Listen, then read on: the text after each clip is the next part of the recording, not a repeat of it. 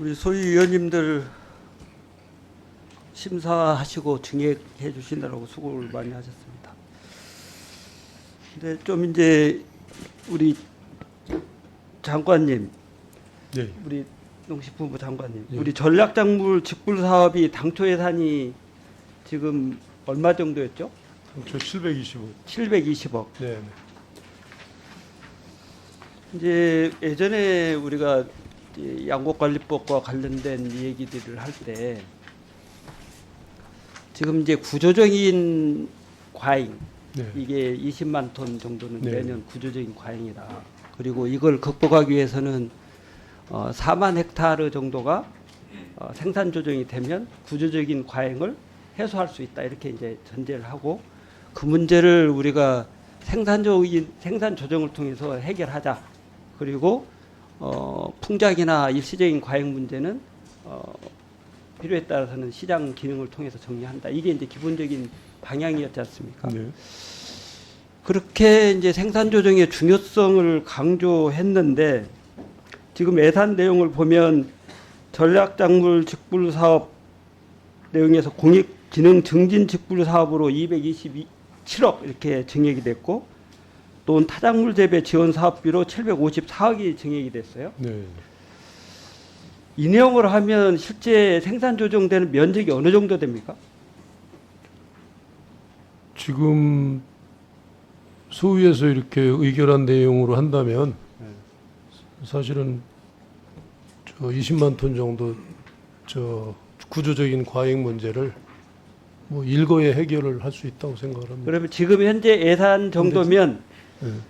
생산 조정을 통해서 이제 구조적인 과잉 문제는 해결이 될 수 있다. 이렇게 일시적으로 우선. 근데 다만 이제 실제 과거에도 우리가 생산 조정을 해보니까 이 논에서 이제 벼 이에 다른 작물로 가야 되잖아요. 그게 현실적으로 굉장히 어렵더라고요. 아니 그러니까 이제 그 현실적인 문제는 있다. 내용은 그 내용에 이제 유인할 수 있는 인센티브냐 내용까지 포함해서 네. 실질적으로 유인이 되고 면적상으로는 4만 헥타르 네. 요게 이제 생산 조정이 된다.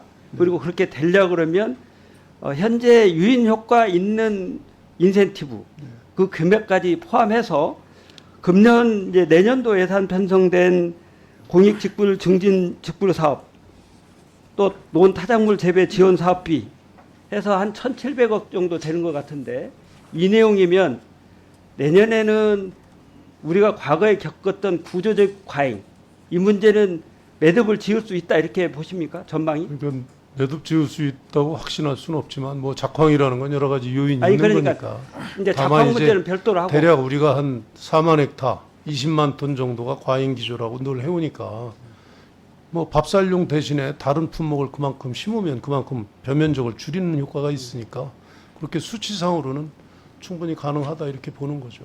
아니 이제 예측을 하는 게 내년도 이제 예상할 때 최소한 우리가 이제 담보하고자 하는 내용은 최소한 과거에 구조적으로 생산 과잉 문제가 계속 문제가 됐던 내용이 내년에는 이게 구조적인 내용은 일단 푸고 갈고 그러니까 이게 다 확보가 된다. 아니 그러니까 이 내용이 이제 큰 도움을 받을 수 있습니다.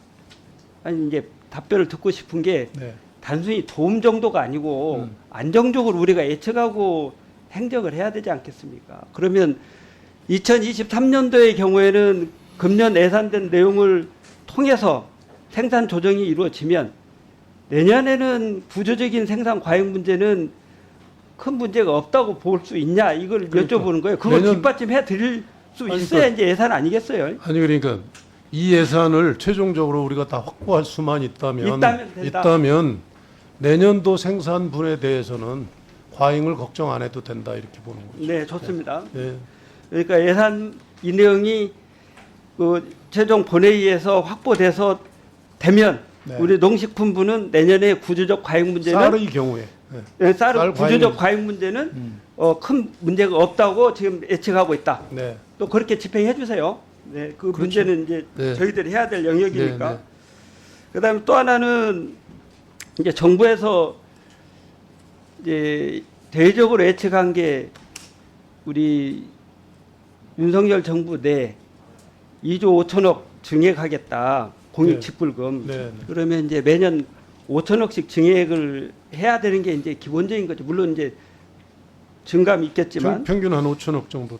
금년 이렇게 보면 이제 우리 그 1719 조건 제외하면서 거의 한 3천억 됐고.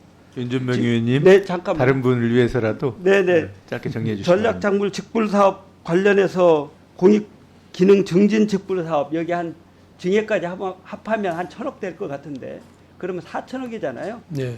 한 1,000억이 더 증액됐으면 좋았을 것이다 이런 생각을 하는데 어떻게 생각하십니까?